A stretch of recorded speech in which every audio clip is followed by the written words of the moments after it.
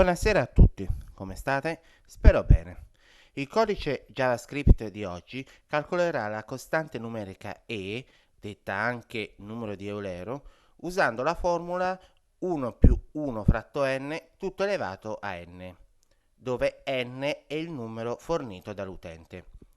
In descrizione troverete maggiori informazioni sul linguaggio di programmazione JavaScript e sulla costante numerica e.